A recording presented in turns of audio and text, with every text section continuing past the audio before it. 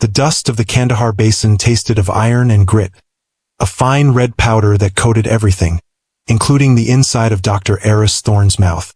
She stood before the main gate of Forward Operating Base Jericho, a small, unassuming woman in practical khaki trousers and a sweat-stained linen shirt. Her graying hair was pulled back in a severe bun, and the glasses perched on her nose seemed too delicate for the harsh, overexposed world around her. She looked like a misplaced librarian, not a priority-level consultant for the Department of Defense. The guard in the sandbagged watchtower tracked her with the barrel of his M240B. Below, at the steel concertina wire gate, a young sergeant with a jaw full of chewing tobacco and an ego full of air leaned against the concrete barrier. His name tag read Cole. "ID," he grunted, not bothering to make eye contact. He was looking past her, at the heat shimmering off the asphalt of the access road. Eris presented her laminated DoD civilian identification. Cole took it, glanced at it for a fraction of a second, and handed it back with a smirk. Logistics analyst. From the Pentagon, he said it like it was a diagnosis of a terminal disease. "You don't have an escort, ma'am." "My orders state I'm to report directly to the TOC upon arrival," Eris said, her voice calm and even, betraying no hint of the 12-hour flight or the bone-jarring ride from the airfield. "Colonel Madsen is expecting me." "The colonel's a busy man," Cole drawled, shifting his weight. "He's running a war, not a book club. You wait here. Someone from G4 will come get you when they have a minute." He gestured vaguely toward a metal bench baking under the relentless sun, 100 feet away. "Could be 10 minutes. Could be 2 hours. Enjoy the view." Eris didn't move. "Sergeant, my clearance is level 5, top secret/SCI. My orders have a triple alpha priority cipher attached. You are required to scan my credentials and verify them against the Jade system, at which point you will be instructed to grant me immediate, unescorted access." Cole finally looked at her, a flicker of amusement in his eyes. He saw a woman in her late 40s, soft around the edges, with hands that had never held a rifle. He saw a bureaucrat. "Ma'am, I know the rules. Priority ciphers are for generals and spooks, not for people who analyze supply chains. The system's probably just bugged. Now please step over to the waiting area. You're in my field of fire." The condescension was a thick, syrupy thing, meant to put her in her place. It was a language she understood intimately. She had heard it spoken in different accents, in different uniforms, for over 2 decades. It never changed. The words were always the same. "You don't belong here." "Sergeant," she said, her voice dropping a fraction of a degree, losing its polite edge. "Your name is Cole. You're 22 years old, from Omaha, Nebraska. You have 17 months in country. You scored expert on your last rifle qualification, but your squad leader noted a tendency toward overconfidence that has, on 2 separate occasions, nearly compromised your fire team's position during patrols. You are to scan my ID. Now." Cole's jaw stopped moving. The smirk vanished, replaced by a sullen, confused glare. He didn't know how she knew that. It was in his file, sure, but his file was just data on a server thousands of miles away. It wasn't something a logistics analyst should be able to pull up in her head. For a moment he wavered. Doubt crept in. Then his pride reasserted itself. He was a soldier. She was a civilian. This was his gate. "That's it," he snapped, his voice tight with anger. "You want to play games? Fine. You can wait. I'm not checking anything until I get a direct order from the TOC. You can take it up with the colonel when your escort finally arrives." He turned his back on her, a deliberate, final act of dismissal, and spat a stream of brown juice onto the dust. Eris Thorne stood perfectly still. She didn't sigh. She didn't argue further. She simply reached into her worn leather satchel, pulled out a small, unassuming satellite phone, and dialed a number from memory. She didn't speak into it. She just pressed a single button, held it for 3 seconds, and ended the transmission. Then she put the phone away and waited, her eyes fixed on the distant, jagged peaks of the Hindu Kush. She didn't look at the bench. She stood her ground, a silent, unmovable object in the oppressive heat. Less than 90 seconds later, the gate's internal comm system crackled to life with a sound so loud and furious it made Sergeant Cole jump.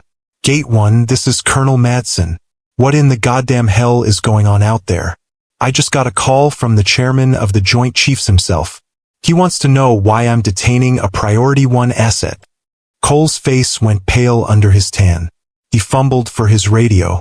Sir, there's a civilian here, a logistics analyst.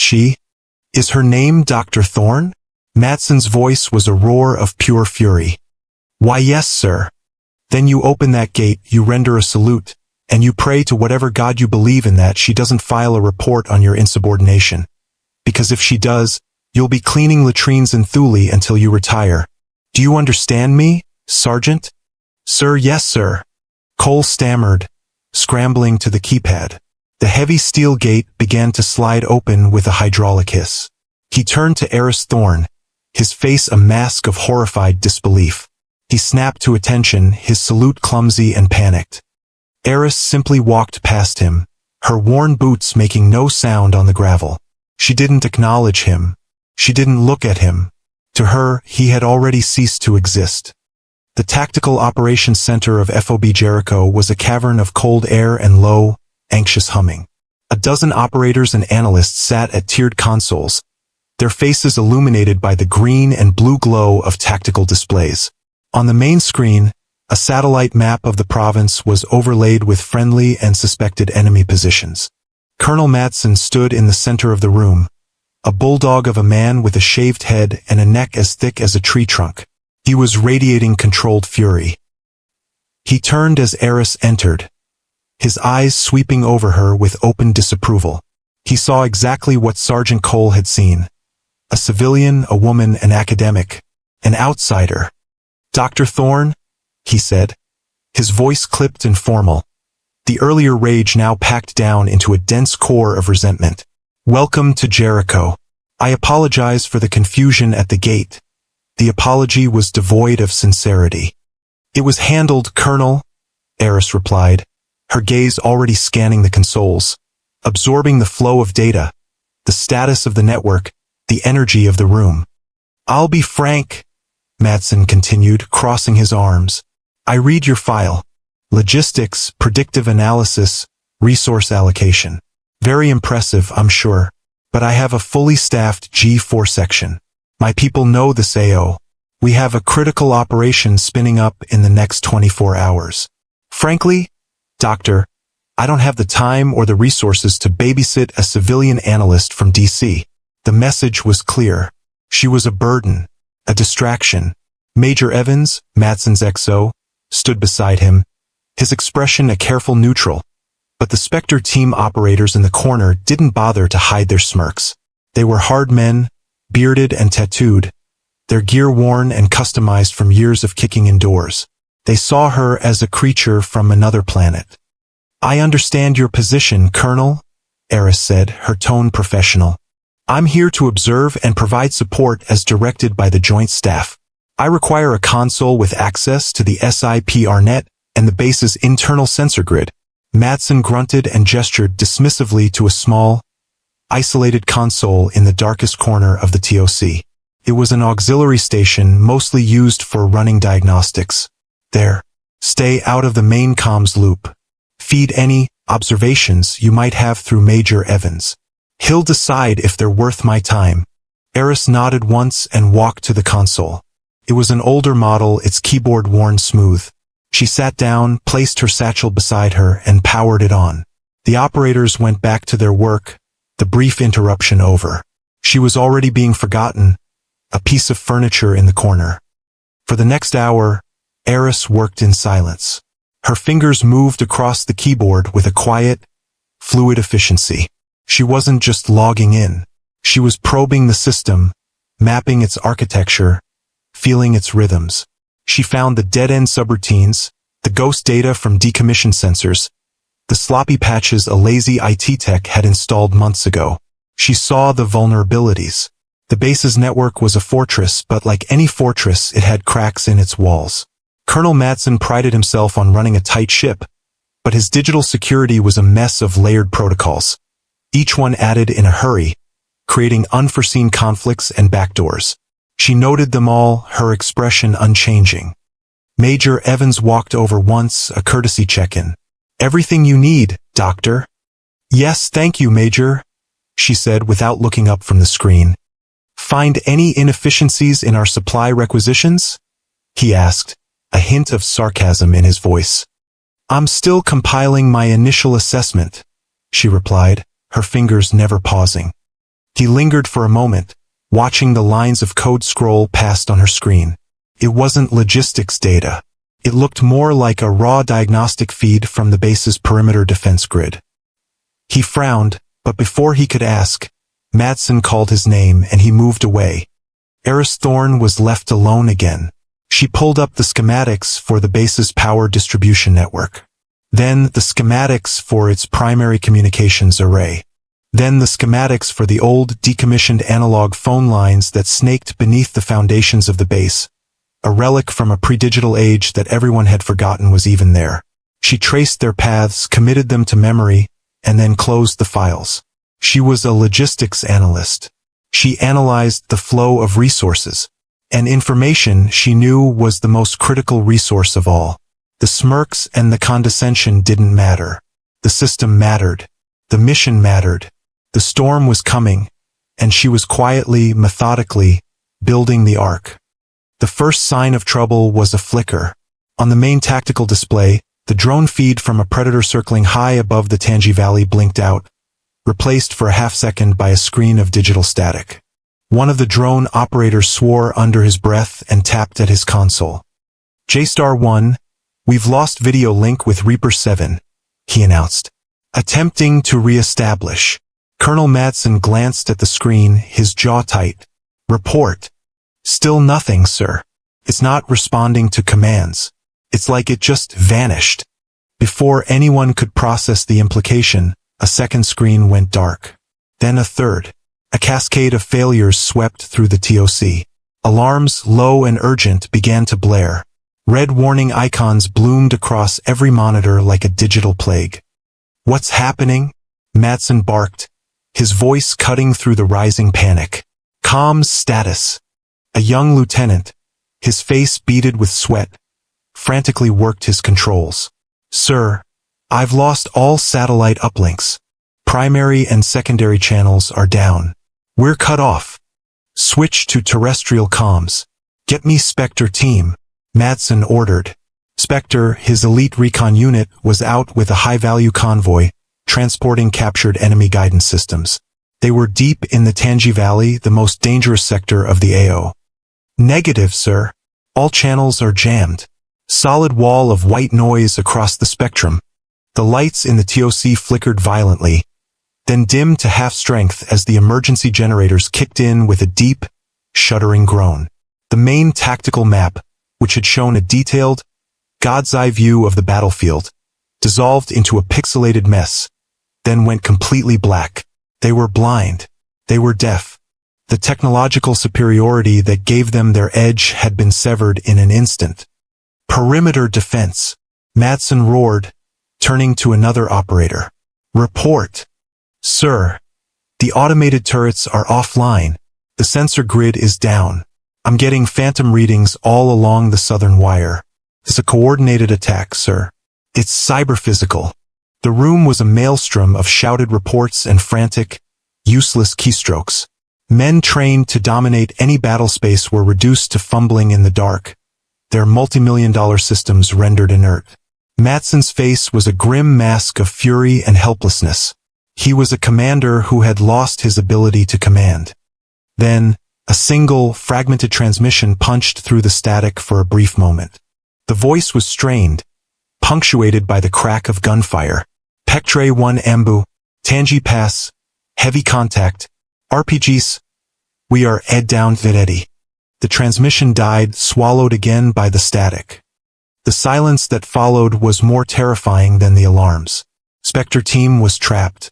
The convoy, their most valuable asset, was a sitting duck. And the TOC, the nerve center of the entire province, was a tomb. Major Evans stared at the dead screens. "They knew, sir. They knew the convoy's route and they knew our vulnerabilities. They sliced through our firewalls like they had the master key. Madsen slammed his fist on the central console.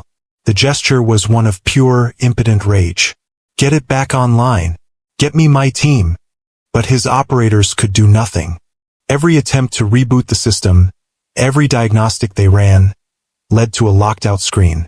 The enemy wasn't just jamming them. They had infiltrated the core of the network. They owned it. Amidst the chaos, one corner of the room remained an island of calm. Dr. Eris Thorne had not moved. She had not shouted. When the screens had gone dark, she had simply unplugged her console from the base's primary network jack. From her satchel, she produced a tangle of wires, a small custom-built interface, and a set of alligator clips. While Madsen was screaming orders and his men were chasing digital ghosts, she was on her knees, prying open a floor panel that hadn't been touched in 20 years. She found what she was looking for, a thick, dust-covered copper cable. The old analog telephone trunk line. She clipped her interface onto the raw wires, her movements precise and economical. She bypassed the compromised digital network entirely, plugging her console directly into the forgotten copper skeleton of the base. Her screen flickered to life, not with the sophisticated graphics of the main system, but with a simple, text-based command prompt. It was an archaic interface, slow and unforgiving. But it was clean. It was secure. It was hers. Her fingers flew across the keyboard, typing lines of code that hadn't been used in decades. She wasn't trying to fight the enemy on their terms, in the digital realm they now controlled. She was stepping outside the battlefield. First power. The attackers had shut down the main grid, but the emergency generators were still running. They had simply been disconnected from the command systems. Eris wrote a simple script, sending a series set of low-voltage pulses through the copper line, mimicking the analog command signals of the old manual breaker system. Deep in the bowels of the base, a series of heavy relays, thick with dust, slammed shut with a deafening clang. The lights in the TOC flickered again, then returned to full, steady brightness. A stunned silence fell over the room. The operators stared at the lights, then at each other. Madsen looked around, bewildered. What was that? Engineering, report. But there was no one to answer. Eris ignored them. She was already on to the next problem. Communications. The radio spectrum was hopelessly jammed. But high above them, military satellites were still tracing their silent orbits. The attackers had locked the base's transceivers, but they hadn't blinded the satellites themselves. Accessing them was the problem. She rerouted a sliver of the restored power to a decommissioned radio mast at the edge of the base, a relic intended for long-range Morse code. Its systems were purely mechanical, immune to the digital attack. Using her primitive connection, she began uploading a tiny, tightly compressed data packet, a handshake protocol of her own design. It was a digital needle in a global haystack. She sent it not to the standard military communications constellation, but to an older, semi-retired network of weather and imaging satellites. A network she had helped design the security protocols for years ago. A network for which she still held the master key. One of the satellites, designated KH-14B, answered. On her small screen, a new line of text appeared. Connection established. Awaiting command. She began to type again, her rhythm steady and unbroken. She wasn't just a logistics analyst. She was a ghost in the machine, and she was about to haunt the people who had tried to bury her command center. While Madsen and his team stared at their inert, high-tech consoles, Eris Thorne was fighting a war on a battlefield they couldn't even see. Her small, text-only screen was a blizzard of information she was pulling from the sky. She tasked the KH-14B satellite, repositioning its thermal imaging array over the Tangi Valley Pass. Raw data began to stream down not as a clean, processed video feed, but as lines of hexadecimal code representing heat signatures. To anyone else, it would have been gibberish. To Eris, it was a language. She saw the hot bloom of Spectre Team's disabled vehicles. She saw the cluster of smaller, individual heat signatures, the pin-down operators. And she saw the other signatures, spread out in a classic L-shaped ambush. 10 no 12 of them, 2 more on the ridgeline with heavier weapons. RPGs. They were boxing Spectre team in, preparing for the final assault. She had sight, but she still had no voice. She couldn't transmit complex data or voice commands through her tenuous link. She needed a way to talk to them. She switched her focus, rerouting her connection through another satellite, this one a signals intelligence bird.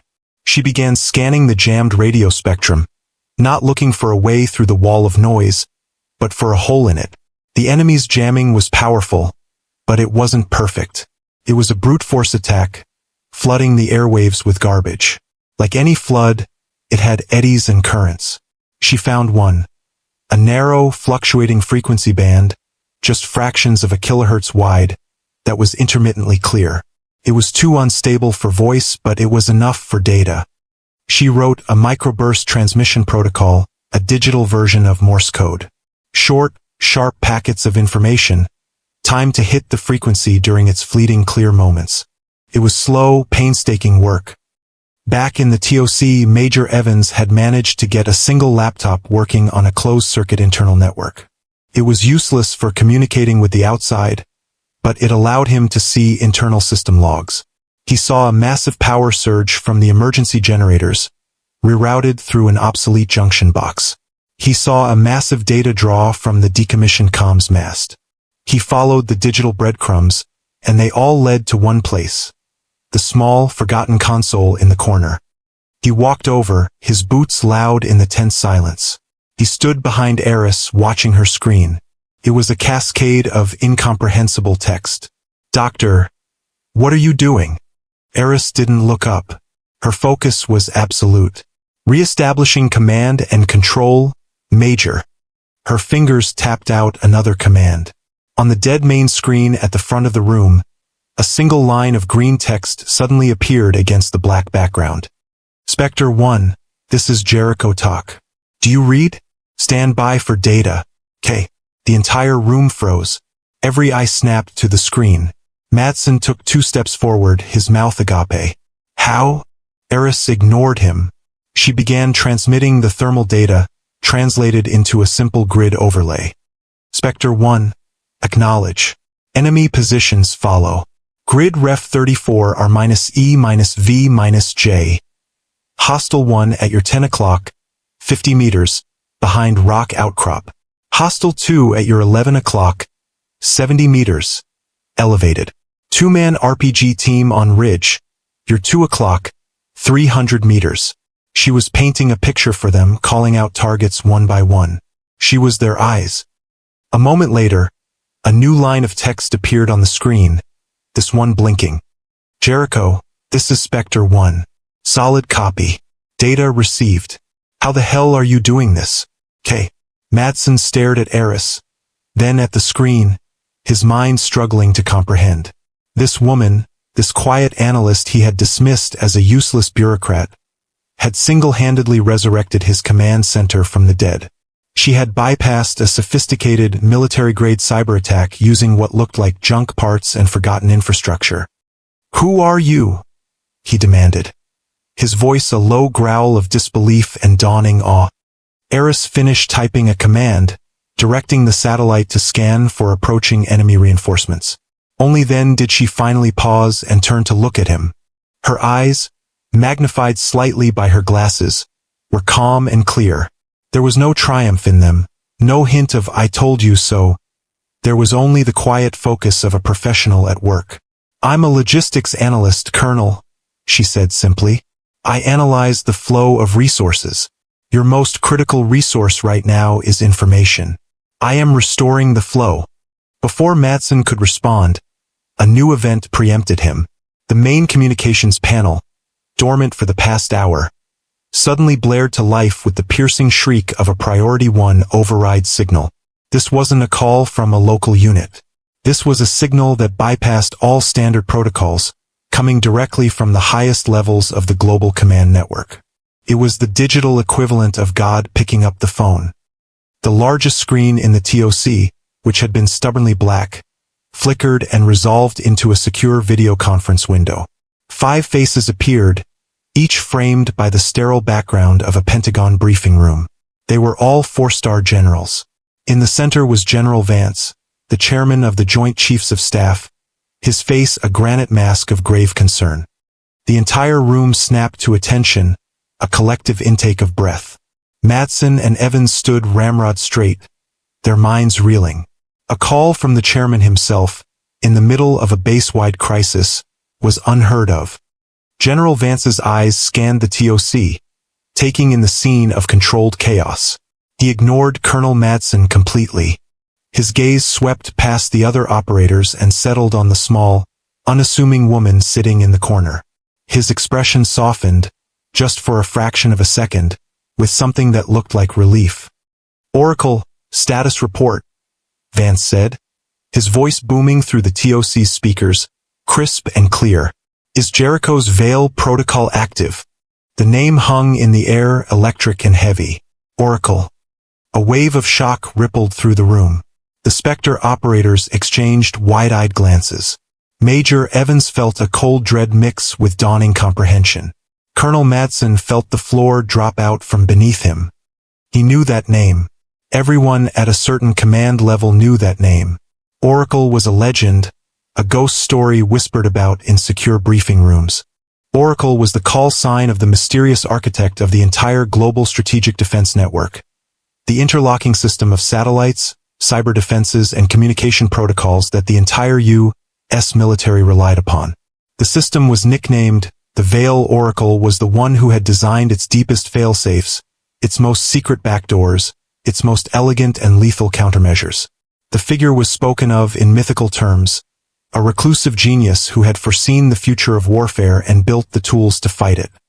The official story was that Oracle had retired almost a decade ago, vanishing into civilian life under a blanket of the highest possible security classification. No one knew Oracle's real name. No one knew what they looked like. They were just a legend. And General Vance had just called Dr. Eris Thorne, the quiet, middle-aged logistics analyst, Oracle. Eris turned back to her console, her focus unbroken. She keyed her microphone, her voice patching through the strange, cobbled-together system she had built and, now, apparently through the chairman's priority channel. "General," she said, her voice calm and steady, a stark contrast to the chaos of the last hour. "This is Oracle." Acknowledged. The attack penetrated the Veil's outer layers. The Jericho network is compromised and quarantined. I have activated a tertiary failsafe, Protocol Chimera. I am currently running command and control through an isolated analog system. Spectre team is pinned down in the Tangi Pass, but I have established a microburst data link and am providing tactical oversight. The 5 generals on the screen listened, their expressions grim but attentive. They were not talking to a subordinate. They were conferring with an equal, or perhaps even a superior. They were here to help her. "What do you need from us, Oracle?" Vance asked. It was a question, not an order. "I need you to blind them," Eris said, her fingers already typing a new set of commands. "The attackers are using a compromised Russian comm satellite, Cosmos 2479, to coordinate their attack and route their signals. I'm sending you the exploit code now. Use your assets at Fort Meade to execute it. It will disable the satellite's primary transponder for precisely 12 minutes. That will be my window." "Consider it done," Vance said without hesitation. "Stand by, Oracle." The generals turned to their own aides, barking orders. The full weight of the global U.S. military apparatus was now moving to execute the command of the woman in the corner of the room. Colonel Madsen stood frozen, watching this exchange. The reality of the situation was crashing down on him with the force of a physical blow. He had dismissed her. He had insulted her. He had relegated the single most important strategic asset on the continent to a dusty corner and told her to stay out of the way. His career wasn't just over. He had become a footnote in a story that was so far above his pay grade he couldn't even see the top. The atmosphere in the TOC had undergone a profound chemical change. The smirks of the Spectre operators had been replaced by expressions of pure, unadulterated awe. They were watching a living myth at work. The frantic energy of the analysts had been replaced by a focused silence as they watched the main screen, which was now Eris Thorne's personal display. They were all students in her classroom now. Madsen slowly, deliberately, walked over to the main command chair, where his senior comms officer was sitting, staring uselessly at his dead equipment. Madsen didn't say a word. He just tapped the man on the shoulder. The officer looked up, confused, and then scrambled out of the chair as if it were on fire. The colonel turned to Eris. His voice, when he spoke, was quiet, hoarse, and stripped of all its earlier arrogance. It was the voice of a man who understood he was in the presence of a master. "The floor is yours, ma'am," he said. Eris gave a slight, almost imperceptible nod of acknowledgement. She moved from the small, cramped console to the main command chair, the nexus of the entire room. It was like watching a king reclaim a throne that had been temporarily occupied by a lesser regent. She plugged her custom interface into the main console's auxiliary port, and in moments, the large, dead screens in front of her flickered to life, mirroring the text-based display of her own laptop. The entire TOC was now her instrument. "Spectre 1, she said, her voice now broadcast with perfect clarity into the helmets of the soldiers trapped in the valley. "This is Oracle. The enemy's command and control will be going dark in approximately 90 seconds. On my mark, you will execute a fighting withdrawal to the west, toward the secondary extraction point at grid ref 34 R-E-U-H. I am tasking an armed drone to that location, but it will not have live feed. I will be guiding its munitions manually." The reply from the Spectre team leader came back instantly, his voice filled with a new, unwavering confidence. "Acknowledged, Oracle. We've never been so happy to hear a voice in our lives. We're standing by for your mark." The casual use of her legendary call sign was the ultimate sign of respect. They knew who she was now, and they trusted her completely. Eris's hands moved with an unnerving grace and speed. She was a conductor orchestrating a symphony of violence. On one screen, she monitored the countdown to the satellite takedown. On another, she was writing firing solutions for a Reaper drone flying blind hundreds of miles away, inputting the commands manually based on the thermal data she was receiving. On a third, she was mapping the safest path for Spectre's retreat, predicting enemy movements and laying virtual tripwires for them. "General Vance," she said, without looking at the video feed. "The exploit is uploaded. Execute now." "Executing," Vance's voice confirmed. Far above the Earth, a string of code shot from a ground station in Maryland, leaped to a satellite, and then beamed across the globe to Cosmos 2479. The Russian satellite's systems hiccuped. His transponder went dead. On the ground in the Tangi Valley, the effect was instantaneous. The enemy fighters, who had been coordinating their assault with ruthless efficiency, were suddenly deaf. Their earpieces went silent. Their commanders could no longer see the battlefield. Confusion rippled through their ranks. "Mark," Eris said, her voice cutting through the silence of the TOC.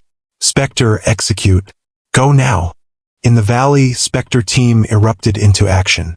They laid down a volley of suppressing fire toward the positions Eris had identified and began pulling back, moving with the speed and precision of elite soldiers. "RPG team on the ridge is repositioning," Eris announced, her eyes locked on the thermal data. "They're trying to get a clear shot on your withdrawal route. Reaper is in position. Firing solution locked. Danger close, Spectre. Get your heads down." She pressed the enter key. Half a world away, a Hellfire missile dropped from the wing of a drone. It flew for several seconds, guided not by a laser or a camera, but by a set of coordinates typed by a woman in a command center that was, for all intents and purposes, still offline. In the TOC, they could only see the data.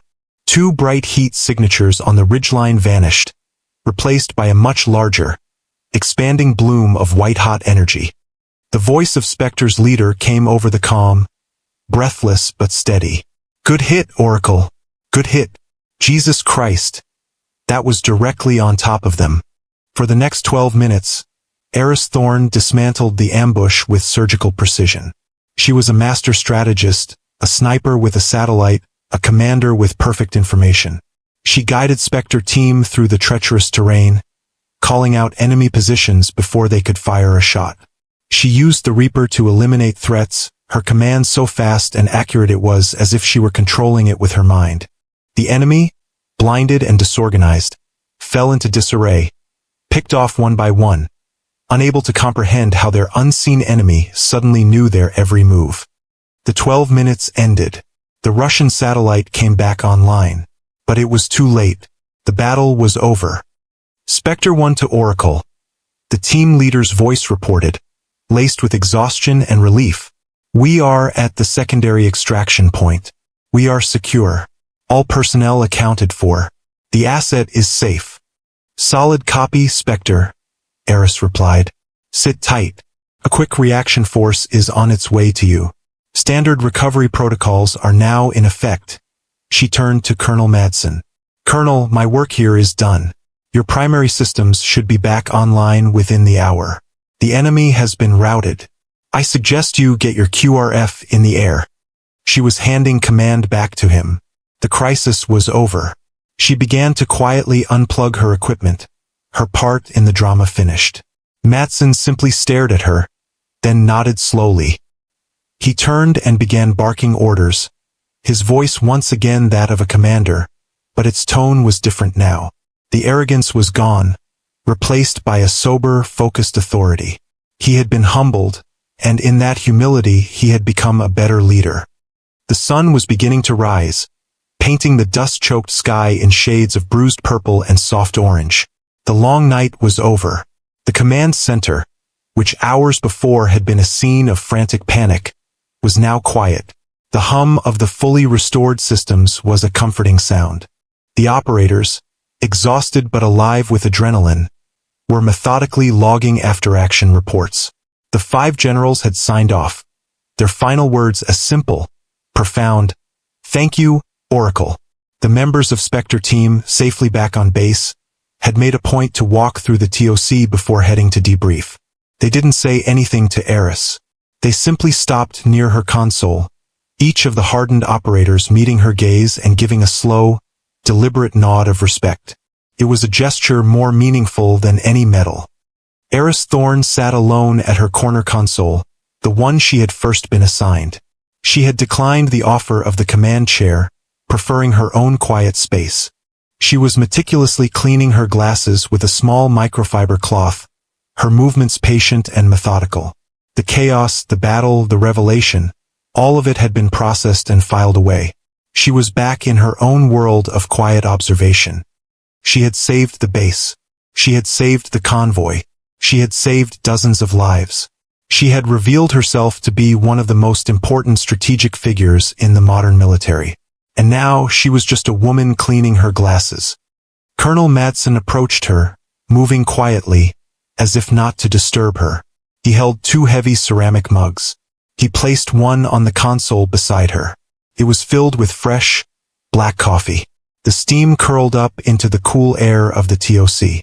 He stood there for a long moment, searching for the right words. Apology, gratitude, awe. They all felt inadequate. He had misjudged her so completely, so fundamentally, that any attempt to explain it would only sound like a pathetic excuse. He had seen a librarian and ignored the mind of a grandmaster. In the end, he said nothing. Words were insufficient. He just looked at her, his expression conveying a depth of respect that was absolute and unconditional.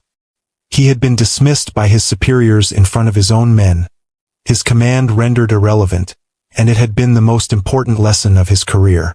He had learned the difference between authority and power. He had the rank. She had the power. Eris picked up the mug, her small hand wrapping around its warmth. She looked up at him and gave him that same small, almost imperceptible nod she had given him before. It was an acceptance, not of an apology but of his new understanding. The transaction was complete. Respect had been earned and paid in full. She put on her glasses, her vision once again sharp and clear. She turned her gaze back to the screen, which was now displaying a logistical schematic of supply routes for the entire theater of operations. She took a slow sip of the coffee. The enemy had been defeated in this battle, but the war, the endless, complex war of systems and resources, continued, and her work was never done. The quiet logistician was back on watch.